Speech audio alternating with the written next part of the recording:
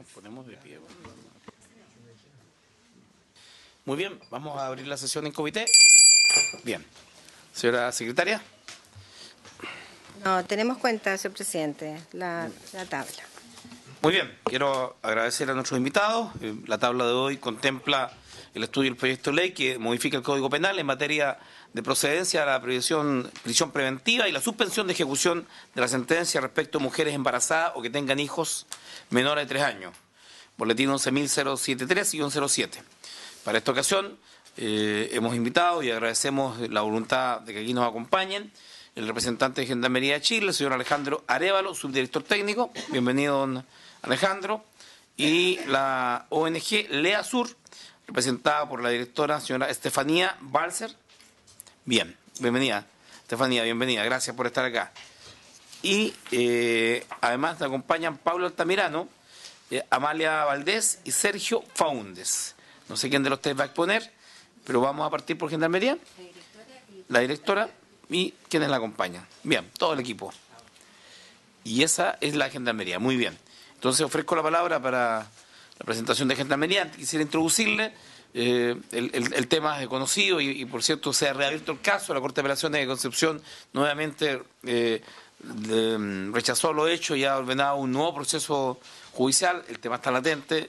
El caso de Lorenza Cayuán, que lamentablemente dio a luz engrillada a su catre de parto por cesárea. Esto abrió un debate mucho más profundo que el caso puntual de Lorenza Cayuán, que es la situación de los niños que están dentro de las cárceles y la situación de las mujeres embarazadas y el parto dentro de las cárceles.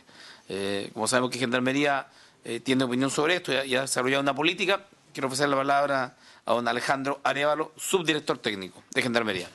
Muchas gracias, señor presidente. Aprovecho también de saludar al senador Latorre. Sí, para nosotros principalmente es un privilegio estar acá en esta sesión. Precisamente porque se han hecho muchos esfuerzos y que antes de dar a conocer algunos datos estadísticos sobre las mujeres privadas de libertad me quisiera referir principalmente lo que dice relación con los cambios que estamos haciendo culturales dentro de Gendarmería de Chile.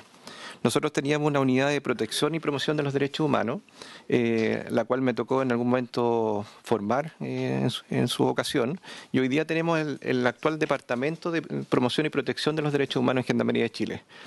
Precisamente, ¿cómo está? Buenas tardes, senador. Precisamente, a propósito de lo que usted señalaba, senador, se hicieron un cambio significativo al reglamento de establecimientos penitenciarios. Hoy día eso está prontamente va a ingresar a la Contraloría General de la República. Lo trabajamos esto con el Ministerio de la Mujer y Equidad de Género para que se incorporaran dentro de las normas en materia de régimen interno o régimen penitenciario todo lo que dice relación con los derechos y los deberes sobre las mujeres privadas de libertad. Y voy a aprovechar de abrir formalmente la sesión, la presencia ya de 3 senadores. Sí. Don Alejandro, ¿puede usted continuar? Sí, gracias. Y en esta presentación lo que quiero hacer es más bien poner un contexto de lo que pasa con las mujeres privadas de libertad, los datos estadísticos, la relación que existe respecto a la población masculina que está privada de libertad, el sistema penitenciario, cuáles los distintos programas que también ellas participan y hacer mención también a la disposición que tiene nuestra institución, Gendarmería de Chile, para entregar y proporcionar toda la información respectiva para un buen análisis de la comisión y de este proyecto en particular. Como pueden ver en la lámina, la distribución de la población penal privada de libertad, nosotros tenemos a junio del 2019 44.189 personas privadas de libertad, de las cuales un 91,5% son hombres y un 8,5% son mujeres, 3.751 mujeres. Hay que hacer un alcance en esta situación, porque si bien es cierto, es un porcentaje muy acotado de la población privada de libertad que son mujeres, pero los establecimientos penitenciarios que se fueron creando dentro del sistema en Gendarmería de Chile no necesariamente consideraban una infraestructura que decía relación con intervenciones para mujeres, digamos. Lo que se fue adecuando fue la infraestructura que nosotros teníamos. Algunas, por ejemplo, eran de dependencias de comunidades religiosas, otras dependencias que fueron creadas para los hombres y que no tenían condiciones ni consideraciones para que tuviéramos mujeres privadas de libertad. Por tanto, ese es un elemento significativo. Si bien es cierto, el porcentaje es mucho mayor respecto a los hombres, pero la infraestructura carcelaria a veces adolece de procesos o de espacios para que puedan ser bien atendidas estas mujeres junto con sus hijos, en el caso de las que están privadas de libertad. Esta es una cifra bien importante respecto a la distribución de la población de mujeres en calidad procesal, porque tenemos de estas 3.751 mujeres, 2.072 condenadas y 1.679 en prisión preventiva imputadas. Esto es un dato significativo porque la diferencia que existe entre 55 y 44%, la brecha es muy acotada. El porcentaje en general de la población que se encuentra en calidad de en prisión preventiva debería ser del orden del 30%. Y aquí, si ustedes se fijan, tenemos una buena cantidad de mujeres que se encuentran en prisión preventiva en calidad de imputadas. Eso se da principalmente porque los procesos hoy día de penales en materia de investigaciones muchas veces se demoran un poco más y entonces tenemos más personas, mujeres que se encuentran en prisión preventiva. Creemos que deberían ser mucho menos las personas que se encuentran en esta condición, porque no necesariamente, eso es bien importante destacarlo, no necesariamente las personas que después van a ser condenadas terminan en una privación de libertad, porque puede ser que sean condenadas, por ejemplo, a una pena sustitutiva, pero pasaron ya por un proceso de privación de libertad en una cárcel. Este es otro dato que me parece que es relevante destacar respecto a la distribución de las mujeres y según calidad procesal y región, porque un 67% de las mujeres se encuentran en la región de Tarapacá, un 50% en la región metropolitana y un 45,6% en la región de O'Higgins. Obviamente lo que dice relación con la región del norte del país y en particular cuando veamos los delitos que están vinculados a las mujeres privadas de libertad, dice en relación con los delitos de drogas. Es un dato bien relevante que vamos a verlo en las próximas láminas. Hay un 17,9% de las mujeres privadas de libertad de origen extranjero. En el caso de los hombres, y esta relación también es bien importante, solo un 6,9%. Quiere decir que hay una mayor cantidad de mujeres privadas de libertad extranjeras, bolivianas, peruanas, colombianas. La distribución de la población extranjera, también es importante destacarlo, siempre fue del orden de la siguiente. Teníamos bolivianos, peruanos y argentinos, y con el tiempo, y ya este fenómeno se está dando hace un par de años, la distribución es de bolivianos, colombianos y peruanos. Se ha ido incorporando una gran cantidad de población privada de libertad de origen colombiano. Las personas que se encuentran privada de libertad en general son jóvenes. Eso también es muy importante destacar.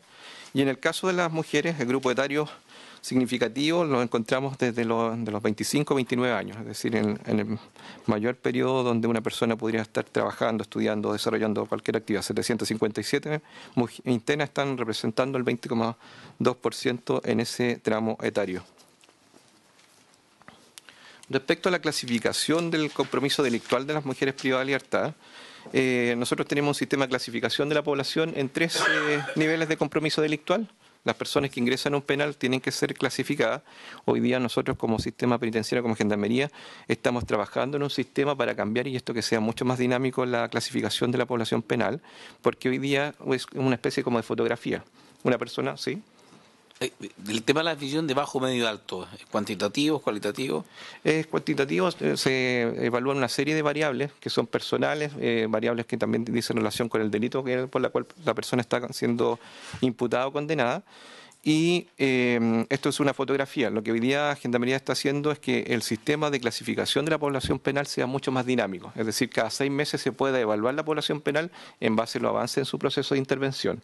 ¿Las primerizas están incluidas ahí en qué grupo? Sí, ¿Bajo también. ¿Compromiso delictual? Puede ser que sea un bajo compromiso delictual, pero depende muchas veces de la connotación del delito, depende si ella ha participado en alguna banda criminal, depende de varias variables que se van reflejando en el proceso de clasificación de la población penal. Los clasificadores que tenemos en Gendarmería de Chile son sociólogos principalmente que se dedican a la clasificación de la población penal, ¿ya? Y en este caso, en el caso de las mujeres privadas de libertad, tenemos un 45,8% de mujeres de bajo compromiso delictual, de medio compromiso delictual un 42,6 y un alto compromiso delictual, que es muy bajo la cifra, un 9,1. Respecto a lo que yo les comentaba de la distribución de la población de mujeres por según grupos de delito, claramente lo que nosotros tenemos como personas, que mujeres privadas de libertad, son aquellas que están asociadas a los delitos de droga. La famosa ley 20.000 aquí tiene una contribución respecto a esto, un 52,2% de las mujeres que se encuentran privadas de libertad están por algún delito asociado a la ley 20.000. Robos un 23% y homicidio un 5%. Senadora. En términos generales, porque pueden ser contra la propiedad, pueden ser hurtos, una clasificación genérica, sí. Aquí, claro, aquí hay una distinción. Yo no soy abogado, pero hay categorías de delito que se agruparon acá para establecer cuál es la categoría principal en el caso de las mujeres. Y drogas concrece el porcentaje mayor de las personas que se encuentran hoy día privadas de libertad. Respecto a la escolaridad de las mujeres que ingresan a la población, a la privación de libertad, un 66% no terminaron la educación media, una educación media o superior un 33% y no indica un 2%. Gran parte de las mujeres tienen básica incompleta, media incompleta, educación superior hay un porcentaje muy bajo de las mujeres privadas de libertad. Hoy día nosotros estamos desarrollando, quizás ustedes lo conocen, señor presidente, un proyecto que se llama el Proyecto MASR, que lo que busca es empezar a capacitar en oficios a personas privadas de libertad para que posteriormente, a través de una oportunidad laboral, cuando egresen, puedan ser incorporadas a un trabajo. Este año va a ser con hombres, pero el próximo año se van a incorporar también mujeres. Respecto a la distribución de la población de mujeres según actividad laboral declarada al ingreso del penal, la mayoría de las mujeres que se encuentran privadas de libertad señalan o declaran que no tienen ninguna actividad o no poseen un oficio ni actividad laboral. Solo un 10% dice que posee un oficio calificado o es técnico profesional. Ese es un dato también muy importante para ver los niveles de brecha que se dan respecto al tema de la actividad laboral y las mujeres privadas de libertad. Respecto a las visitas que ellas reciben, un 88% recibe visitas en las distintas regiones, como ahí se señala en la tabla, y es muy parecido también a la cantidad de visitas que recibe un hombre privado de libertad. La distinción que siempre nosotros hacemos acá dice relación con que las mujeres reciben visitas, pero que principalmente son mujeres. Y en el caso de los hombres que se encuentran privados de libertad, el grupo familiar lo acompaña desde el primer día que se encuentra privado de libertad. Esto es una situación bien particular porque al final la red de apoyo que tiene una mujer privada de libertad corresponde a su madre, a su hermana, a su círculo cercano. Principalmente, los casos pasan que muchas veces las parejas abandonan a estas mujeres cuando están privadas de libertad. Entonces es un tema que para nosotros es bien significativo y lo vemos al interior cuando se desarrollan las visitas en los distintos establecimientos penitenciarios. La participación de mujeres en algunos programas de reinserción en términos muy generales. Estos programas, son una manera especializada de intervenir un porcentaje de la población penal. El año pasado, 2018, participaron 1.156 mujeres en programas de intervención propiamente tal. 994 presentaron riesgo de reincidencia delictual, que este es un modelo que nosotros tenemos para clasificar la población en términos de riesgo de reincidencia. El 78% de esas mujeres que fueron clasificadas o evaluadas en su nivel de riesgo corresponde a un nivel medio o alto de reincidencia, y hay un 11% que es muy alto, es decir, que una vez que egresen, la probabilidad que ellas puedan volver a reincidir es muy alto. 910 mujeres también tienen un plan de intervención individual, precisamente para empezar a intervenir aquellas variables criminógenas que afectan el proceso de integración dentro de la sociedad.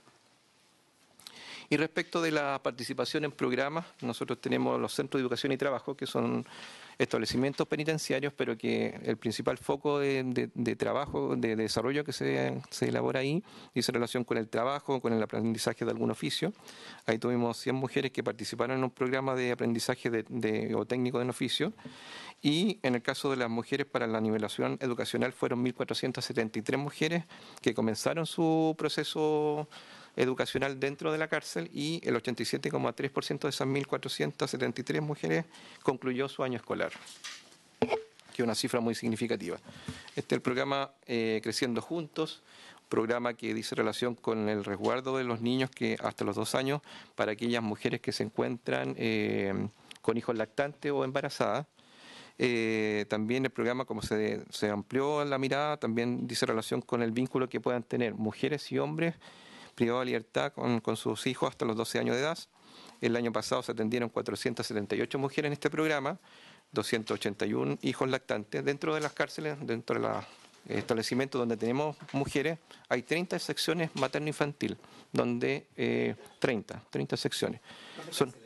Hoy día tenemos 84 establecimientos penitenciarios, no todas tenemos población femenina, pero donde hay un establecimiento o una sección femenina en ese establecimiento, siempre va a haber una sección materno-infantil, independiente que no se utilice. Es parte de nuestras consideraciones. 4 embarazadas con hijos lactantes y 193 embarazadas. En capacitación laboral también participaron 421 mujeres y 27 establecimientos penitenciarios de los 30. Hay un programa de trabajo penitenciario donde participaron activamente 1.919 mujeres en 42 establecimientos penitenciarios. El programa de tratamiento de adicciones, que al igual que los hombres, pero tenemos 4 centros de tratamiento de adicciones exclusivos para mujeres, donde ahí fueron intervenidas 168 mujeres. Bueno, eso son cifras en términos generales. Yo estoy abierto a las consultas o dudas que la comisión tenga respecto a este tema. Bien, yo creo que van a haber consultas porque aquí tenemos algo más para el tema de los niños, madres con niños, más que mujeres, pero igual las cifras son contribuyentes.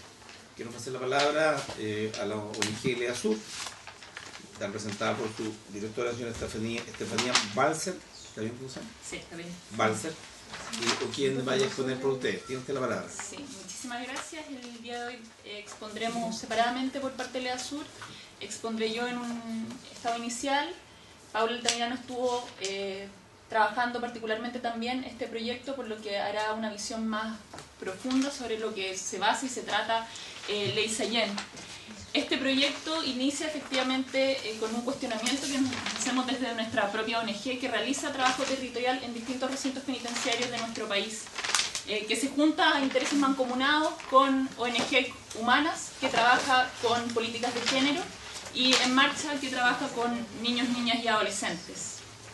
En base a ello, este es un proyecto transversal que surge en base a un problema que ha sido invisibilizado por nuestro país durante mucho tiempo, que es la privación de libertad, pero particularmente qué ocurre con los niños y niñas dentro de los recintos penitenciarios.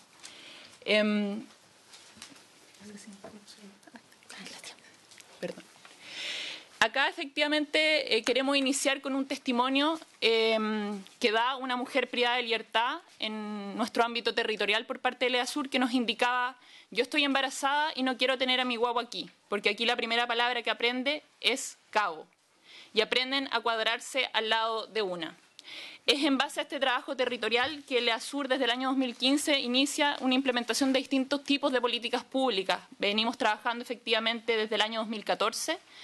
Son 5 años en que hemos hecho un trabajo investigativo, territorial y también de incidencia en políticas públicas, dada la necesidad de poner en la mesa un tema que ha sido poco discutido, particularmente en el ámbito legislativo. Así, efectivamente, se propone esta propuesta y finalmente con Ley Sayén la pregunta es qué nos encontramos discutiendo en el fondo.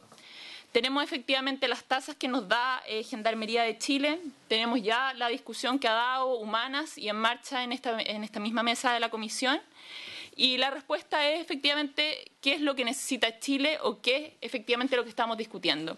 Y relevantes son las tasas que nos ha dado Gendarmería de Chile en cuanto a la reincidencia que tienen las personas privadas de libertad, particularmente mujeres. Eso apunta efectivamente a la falta de eficacia que ha tenido la cárcel como respuesta a los problemas de seguridad pública de nuestro país. El sistema chileno constituye un ejemplo a nivel comparado de una política penitenciaria que se ha dedicado fundamentalmente a endurecer penas y construir recintos penitenciarios. Así, la privación de libertad ha sido la fórmula de seguridad pública que se ha instalado en el discurso tanto político como público. Queremos establecer efectivamente que esta, tal como se ha demostrado con estadísticas, no es una medida efectiva para reducir los niveles de delincuencia. Por el contrario, las características que hoy día tienen los recintos penitenciarios reproducen las desventajas sociales, lo que redunda además en altos niveles de reincidencia y bajas posibilidades de reinserción. Ello también se replica efectivamente si mantenemos a niños recién nacidos hasta 2 años dentro de estos recintos penitenciarios. Un ejemplo más latente de esta reincidencia es un estudio que hizo el Centro de Estudio de Justicia y Sociedad del ISUC con la Fundación de San Carlos de Maipo, que le preguntaba a mujeres, 255, donde se realiza un seguimiento posterior a la cárcel. 47% de estas mujeres señaló haber cometido algún delito en algún momento del año.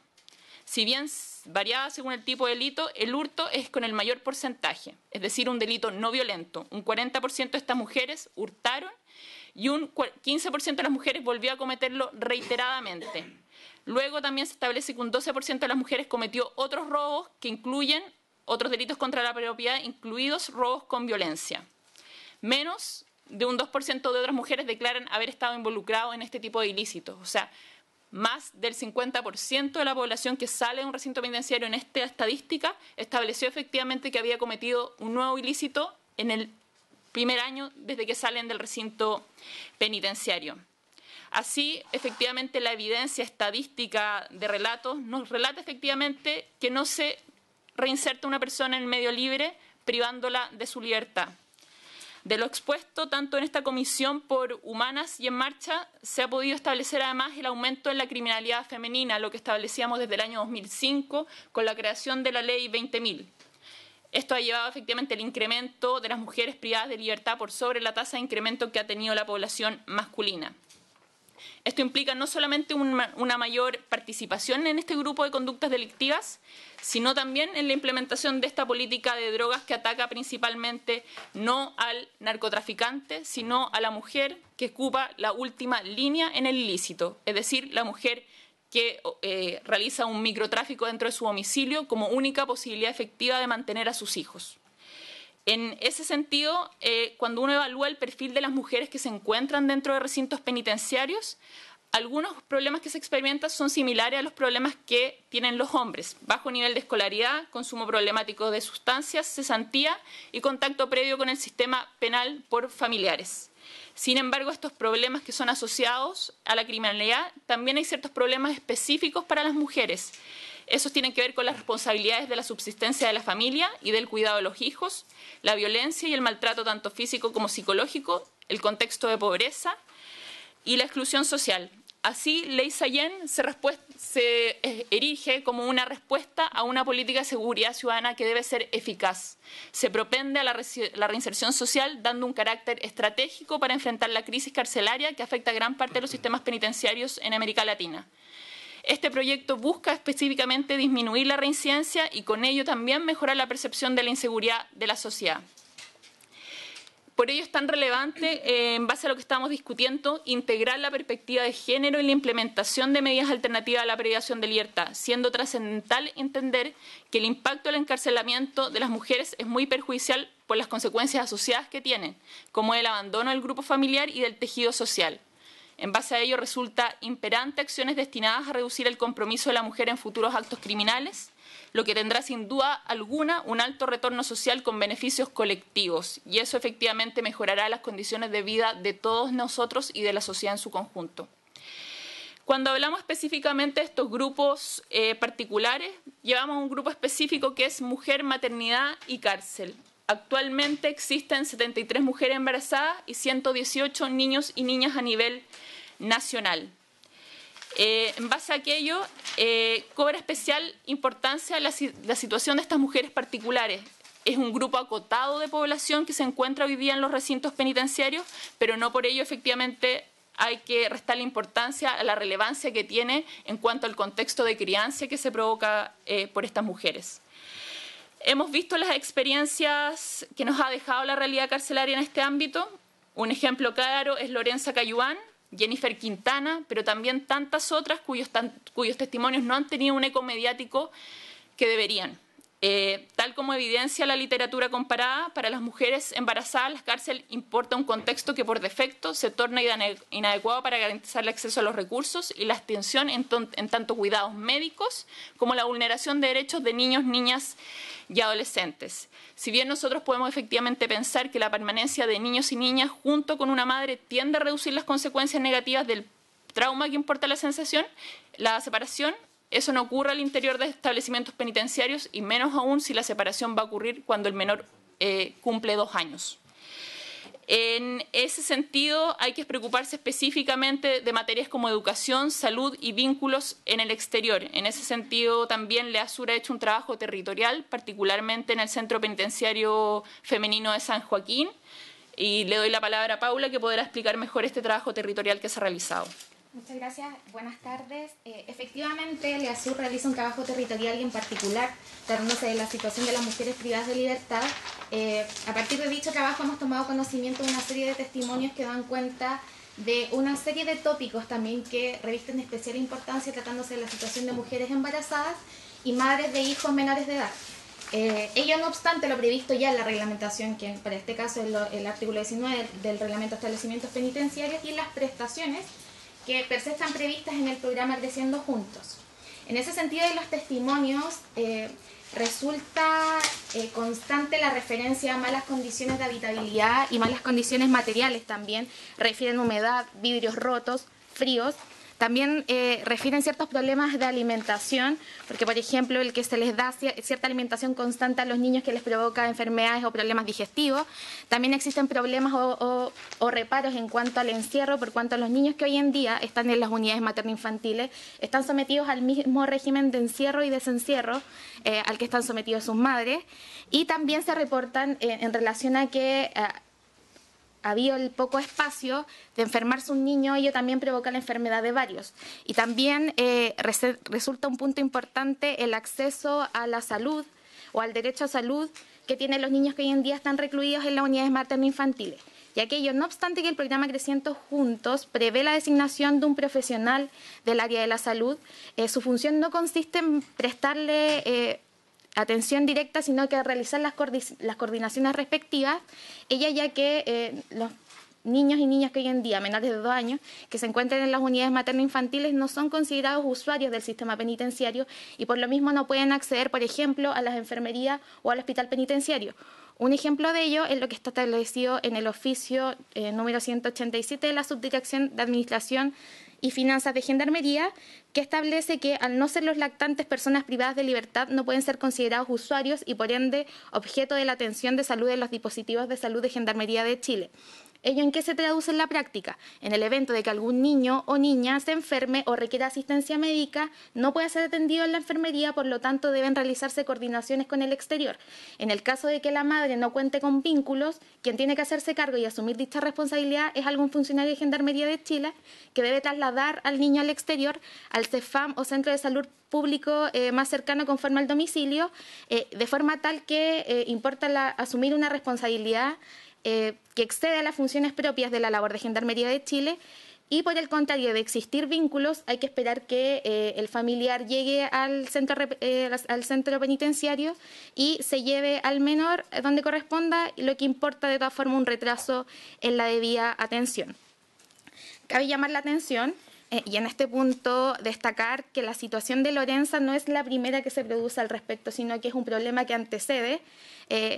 Y en particular en los problemas de prestación de salud, los problemas no son nuevos. Ya en el informe diagnóstico de las necesidades de grupos vulnerables realizado el año 2010 en el Centro Penitenciario Femenino San Joaquín, al consultarle a la población penitenciaria en particular, tratándose de mujeres embarazadas o que hayan tenido hijos o hija en el año inmediatamente anterior, reportaron una muy mala evaluación del sistema de salud, ello por cuanto entre las razones que dan es que su bebé falleció, nunca la atendieron, me ligaron las trompas sin mi consentimiento y que le dieron poca importancia, respuestas que por lo demás fueron motivadas a partir de una respuesta abierta y no la propia encuesta la que definió cuáles eran las opciones.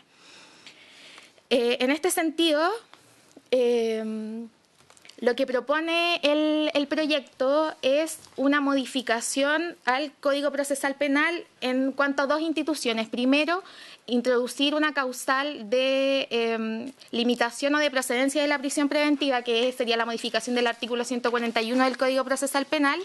Y por otro lado, agregar un artículo 468 bis en el capítulo correspondiente a ejecución de pena, recordando que en nuestro país no existe una ley de ejecución de pena, sino que es el capítulo que podemos encontrar en el Código Procesal Penal y además la gran parte de la regulación está en el Reglamento de Establecimientos Penitenciarios.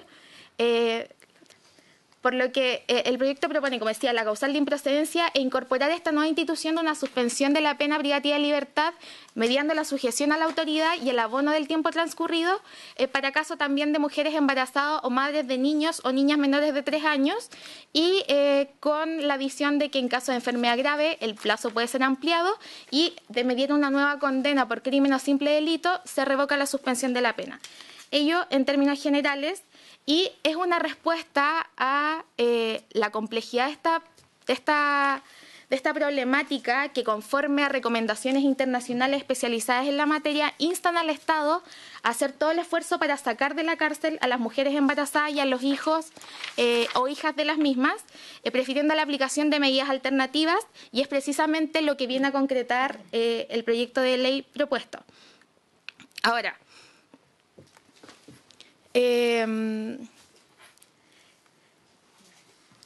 tema es que existen, respecto a esta misma problemática y atendida su trascendencia, se han planteado una serie de respuestas legislativas o normativas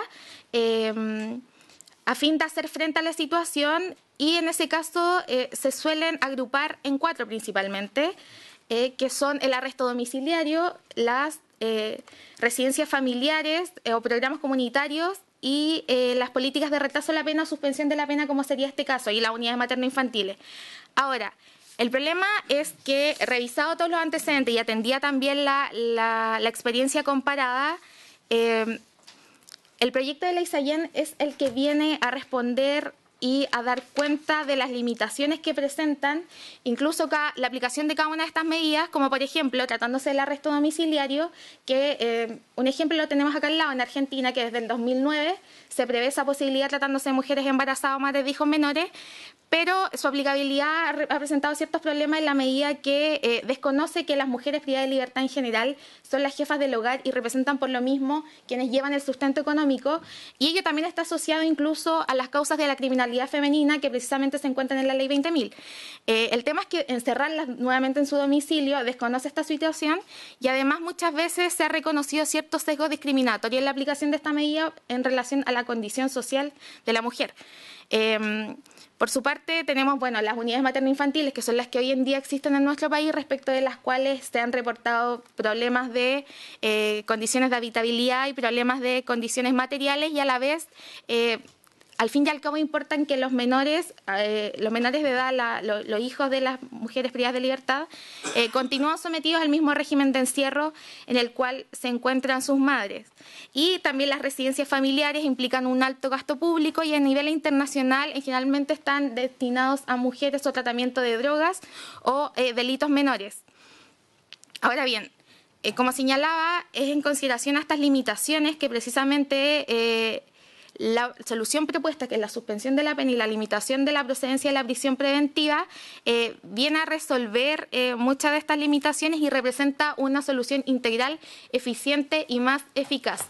¿Por qué integral? Porque de hecho están los fundamentos de este propio proyecto, y es que se hace cargo de los 3 principales intereses que convergen. Por un lado, el interés superior del niño; por el otro lado, el incorporar una perspectiva de género a la política penitenciaria; y en tercer lugar, también hacerse cargo de las cuestionables condiciones carcelarias que se han constatado en nuestro país. Además, también cabe hacer presente que esta intención legislativa en cuanto a abarcar la problemática de las mujeres embarazadas y madres de niños y niñas no es nueva. De hecho, ya desde el 2010, por ejemplo, podemos encontrar una intención en este sentido, lo que finalmente importó, por ejemplo, la promulgación de la ley de indulto conmutativo, que precisamente quería hacerse cargo de la situación de mujeres embarazadas o madres de menores. El problema es que Muchos de estos casos, como también corresponde con la ley 18.216, se encuentran limitados por la comisión de ciertos delitos, entre los que se incluye los delitos de la ley 20.000 y los delitos en contra de la propiedad, que precisamente son por los cuales el mayor porcentaje de las mujeres se encuentran hoy en día privadas de libertad. Por lo tanto, existe la intención y se concreta en ciertos proyectos de ley, pero que al fin y al cabo no tienen la repercusión concreta que se pretende, por cuanto excluyen a gran porcentaje de la población penitenciaria femenina. Es por lo mismo que en este caso la reforma se hace también en el Código Procesal Penal para establecerlo como una medida general, de aplicación general para el caso.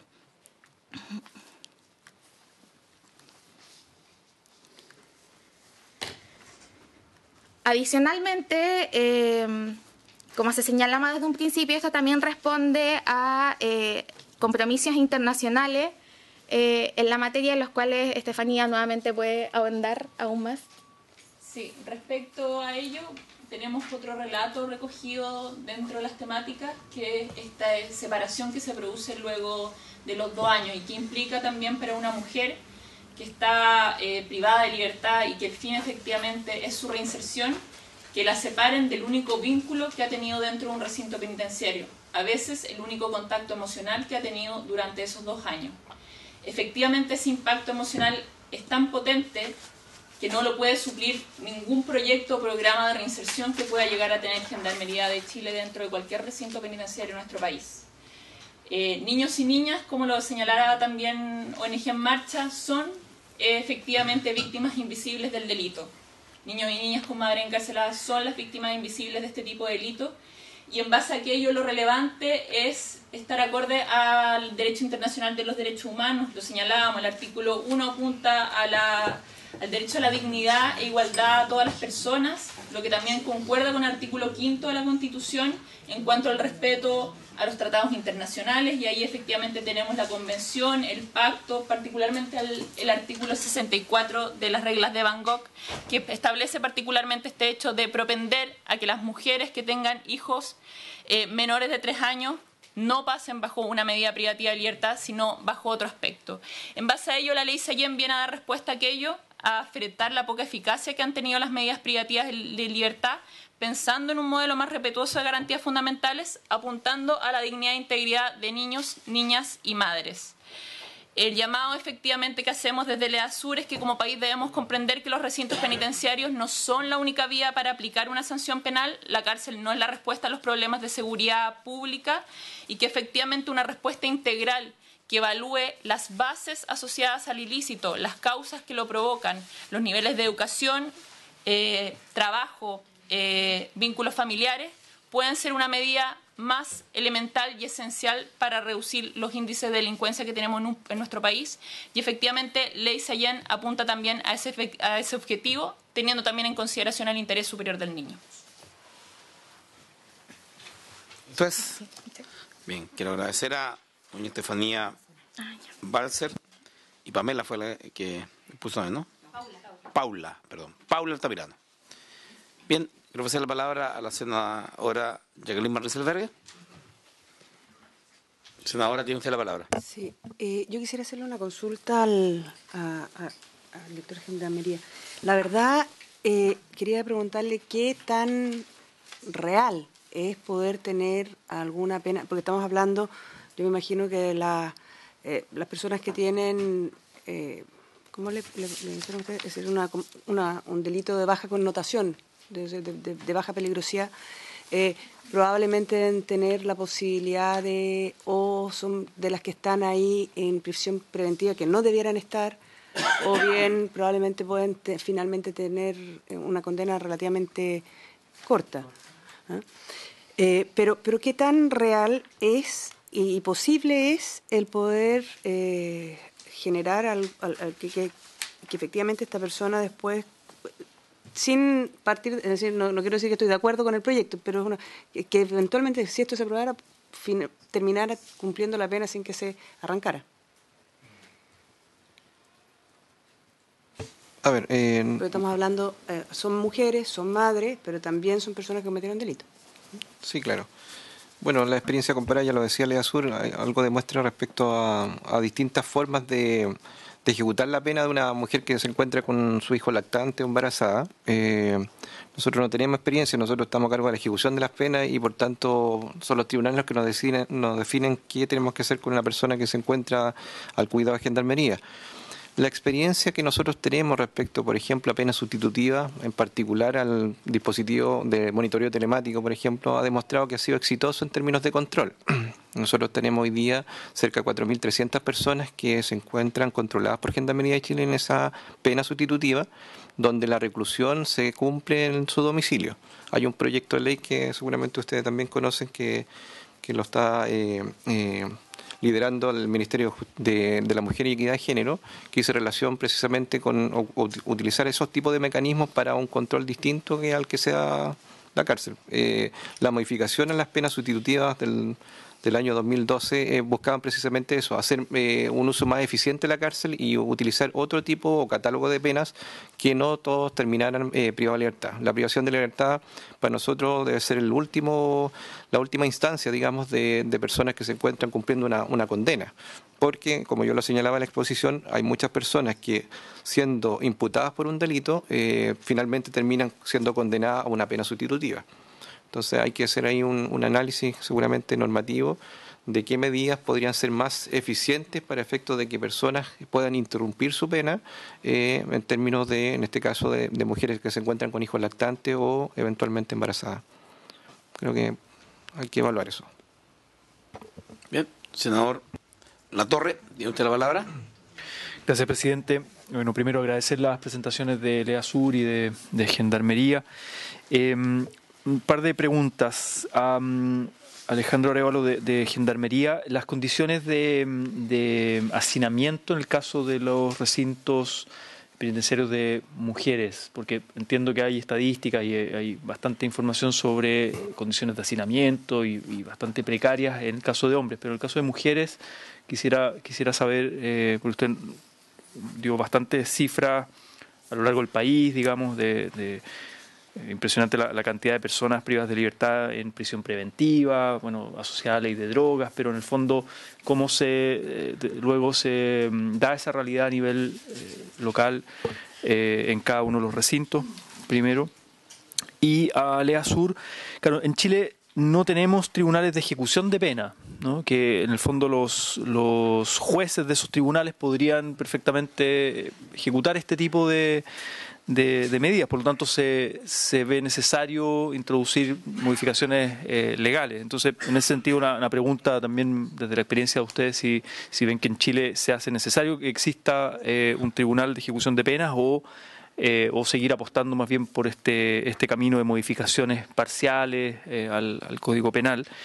Y si la idea del proyecto, que eso no me queda claro, es una suspensión, es decir, después de cuánto tiempo tendría que cumplir la pena en caso de una mujer que está embarazada, que va a nacer su hijo, porque en el fondo hoy día pueden estar con sus hijos hasta los 2 años. Y la propuesta del proyecto de ley es que sean a menores de 3 años. Entonces, después de esa edad que cumpla la condena o que en el camino se revise en el fondo la posibilidad de una sustitución de pena no privativa de libertad según el caso, un poco que poder profundizar en los aspectos más específicos del proyecto. Gracias, presidente. Muy bien. Sí, senador. Hacemos en general la sobrepoblación o el nivel de hacinamiento que tienen los establecimientos penitenciarios de un 105%, pero cuando ya analizamos las cifras en particular, no tenemos hacinamiento tan significativo en promedio de las mujeres privadas de libertad, y hablamos de un 74%, pero hay regiones donde el hacinamiento es mayor. Como la población es menor de privada de libertad, mujeres privadas de libertad, hay ejemplos, en el caso, por ejemplo, en la región del Ñuble, donde la capacidad según diseño que tenemos en la región es de 38, pero tenemos 60 mujeres privadas de libertad. Entonces, si bien es cierto, la cifra es menor, pero la capacidad duplica a la contenida en esa región. Lo que ha seguido dando con el tiempo es que una buena distribución de los establecimientos que pasó en la región metropolitana, me recuerdo el caso del CPF San Joaquín, llegó a tener 2.300 mujeres privadas de libertad en ese lugar, donde estaban juntos las imputadas y las condenadas, Pero posteriormente, al lamentable incendio de San Miguel del año 2010, la institución tomó la decisión, Gendarmería de Chile, de que San Miguel se transformara en una cárcel de imputadas. Y hoy día tenemos en San Joaquín cerca de 600 mujeres privadas de libertad, condenadas, y en San Joaquín están las mujeres imputadas.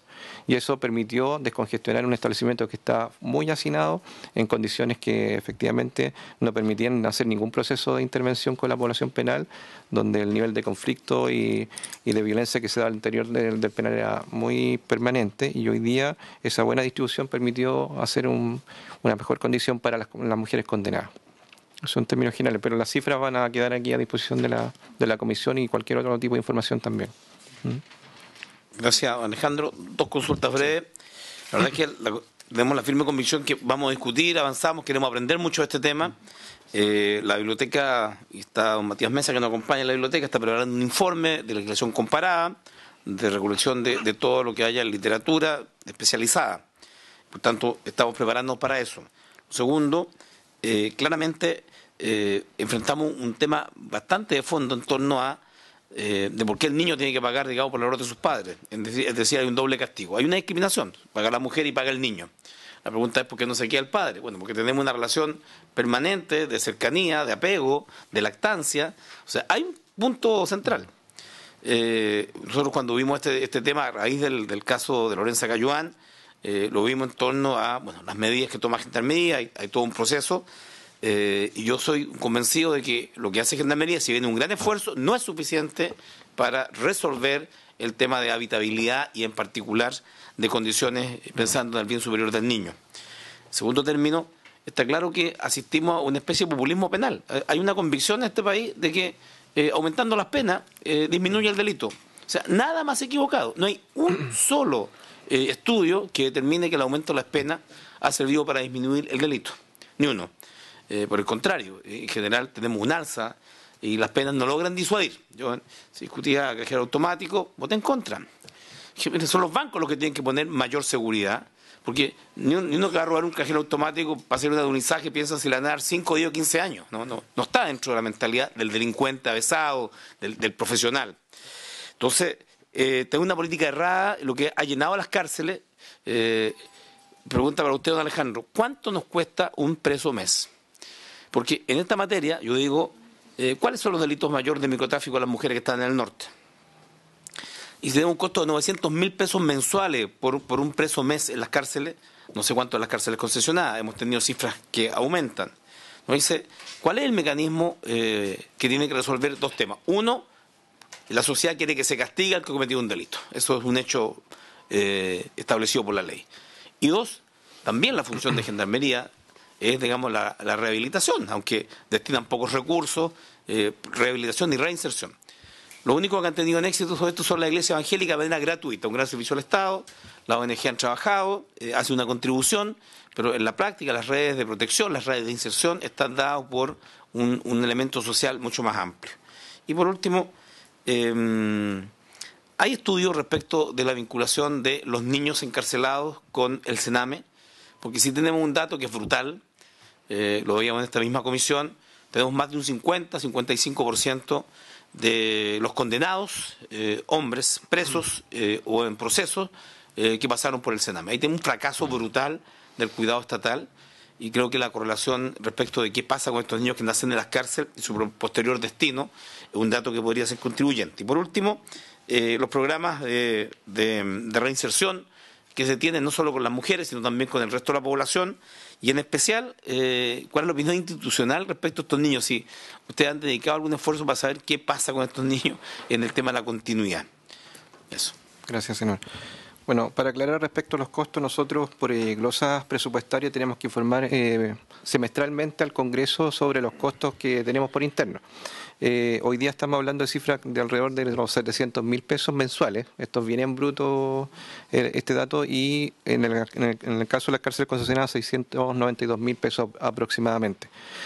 Pero esto es el presupuesto institucional dividido por las personas que se encuentran privadas de libertad. Nosotros igual estamos tratando de cambiar esta metodología para que se entienda desde la perspectiva de lo que contribuye Gendarmería en la seguridad pública. Nosotros pensamos que lo que hacemos como institución penitenciaria es contribuir también a la paz social del país.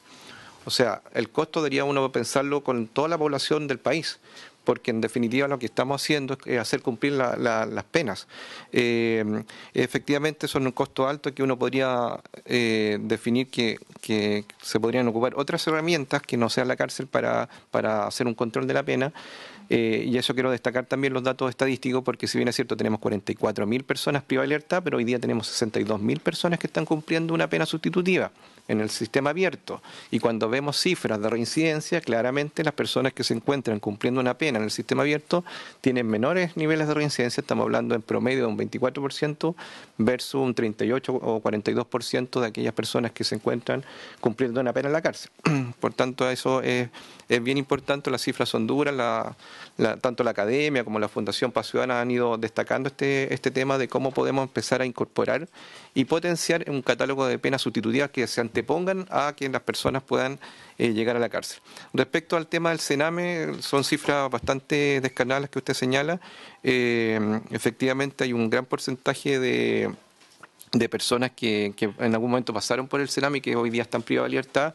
Lo que nosotros tenemos respecto a cifras de personas, de niños que participaron en este programa Creciendo Juntos, que estuvieron con sus madres privadas de libertad, tenemos 1 o 2 casos que por su red de apoyo ese niño fue derivado a un centro del Sename.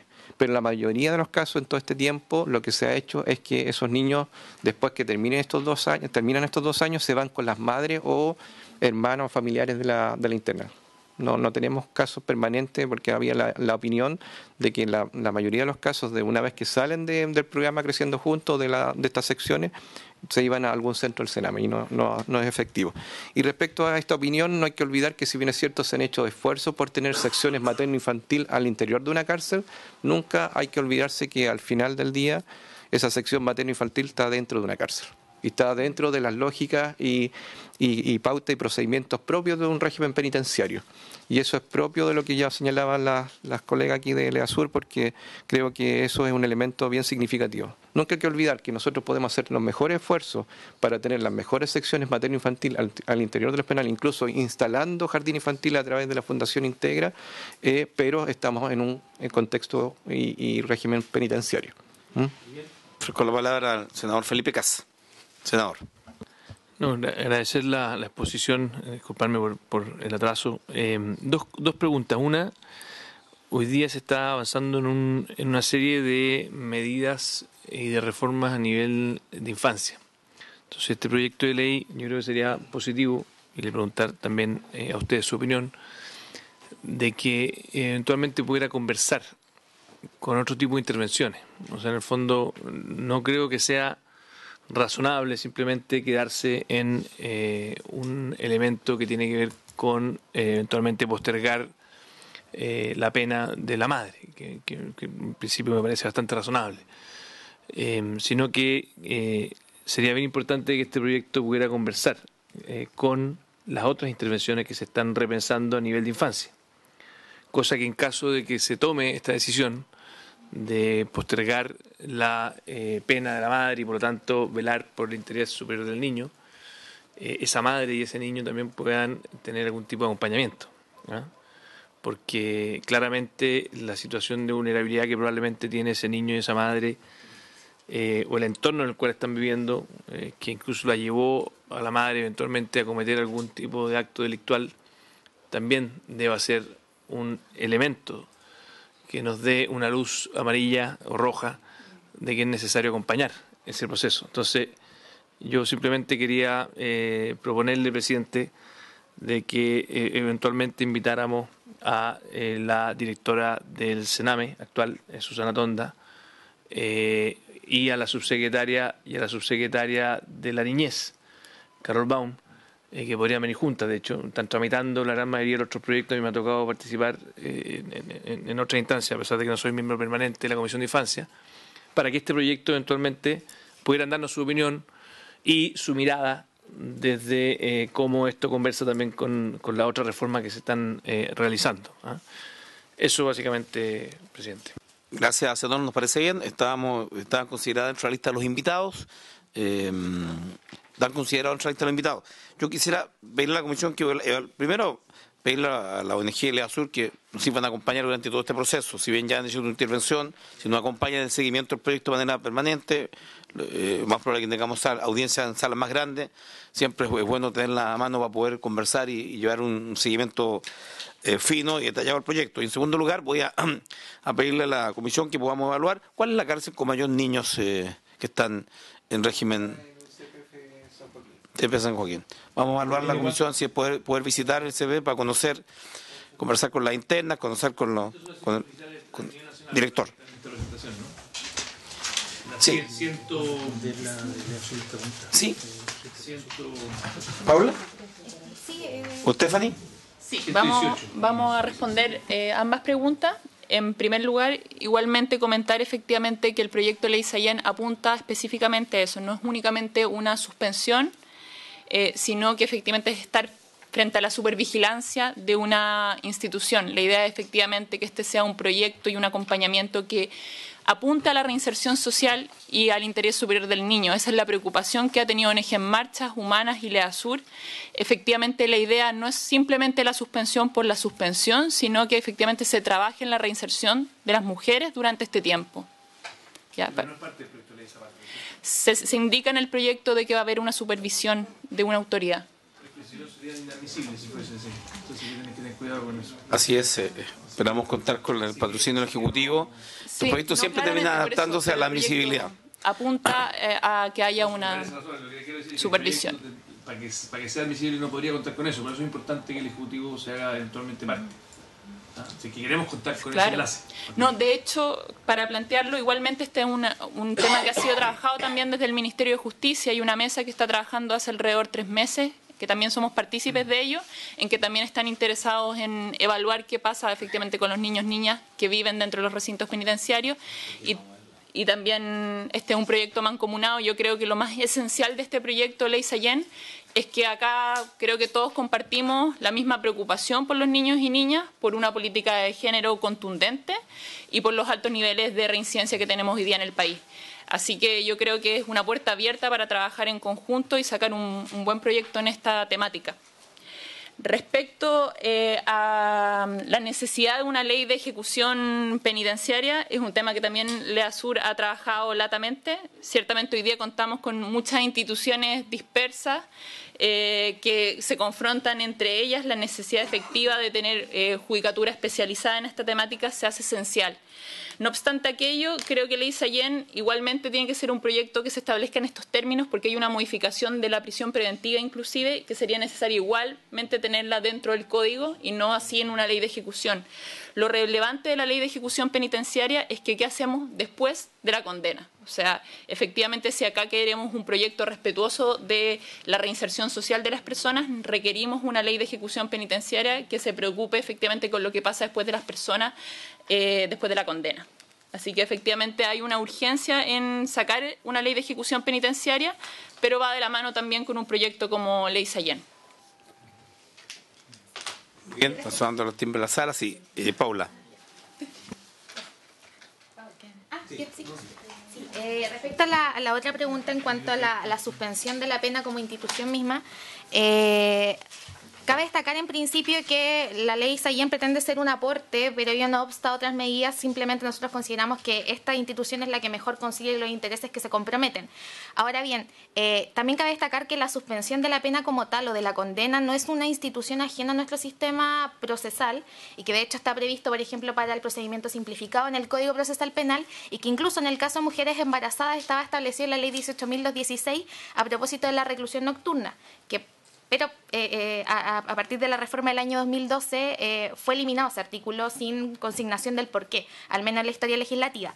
Ahora bien, evidentemente esto también requiere la precisión reglamentaria que corresponda, pero en su caso, de hecho, la suspensión de la pena también es recomendada por el Instituto de Sociología de la Universidad Católica, estableciendo esta suspensión y a su término, por ejemplo, el poder optar a una medida alternativa a la pena de la ley 18.216, e incluso en otros países en los que se aplica esta medida, como es en Rusia o en Italia, incluso se llega a establecer efectivamente el optar a penas más leves o incluso condonar la pena de la mujer. Y en esos casos incluso la suspensión llega a 6 años o 7 años. Esa es la regla particular en cuanto a la suspensión de la pena como institución procesal. Bien, senadora Barrizelbergue, estamos cerrando por la sala. Mujeres condenadas, ¿cuántas están hoy día de esa población total? ¿Cuántas están en...? Con hijos lactantes. No, eso está en la presentación que nos dio. No, con medidas alternativas. Hoy día 8.000 mujeres están aproximadamente con medidas alternativas.